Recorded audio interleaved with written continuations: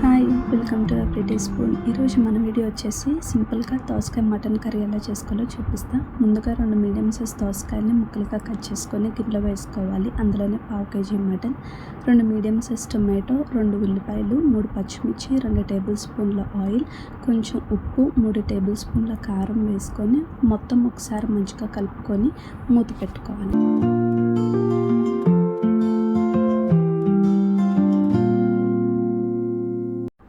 ఇలా దోసకాయ ముక్కలన్నిటికి కూడా మంచిగా కలుపుకున్న తర్వాత 2 గ్లాసులు మంచి వాటర్ పోసి ఒకసారి తిప్పి గ్యాస్ మీద పెట్టుకోవాలి.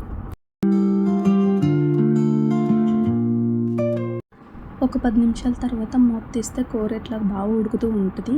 ఇప్పుడు ఉప్పు కారం ఏమన్నా సరిపోకపోతే టేస్ట్ చూసుకొని అడ్జస్ట్ చేసుకొని ఒకసారి కూర అంతా కింద నుంచి పై వరకు బాగా కలిపి మూత పెట్టి కూరను ఒక 15 నిమిషాలు మీడియం ఫ్లేమ్లో ఉడికించుకుందాం.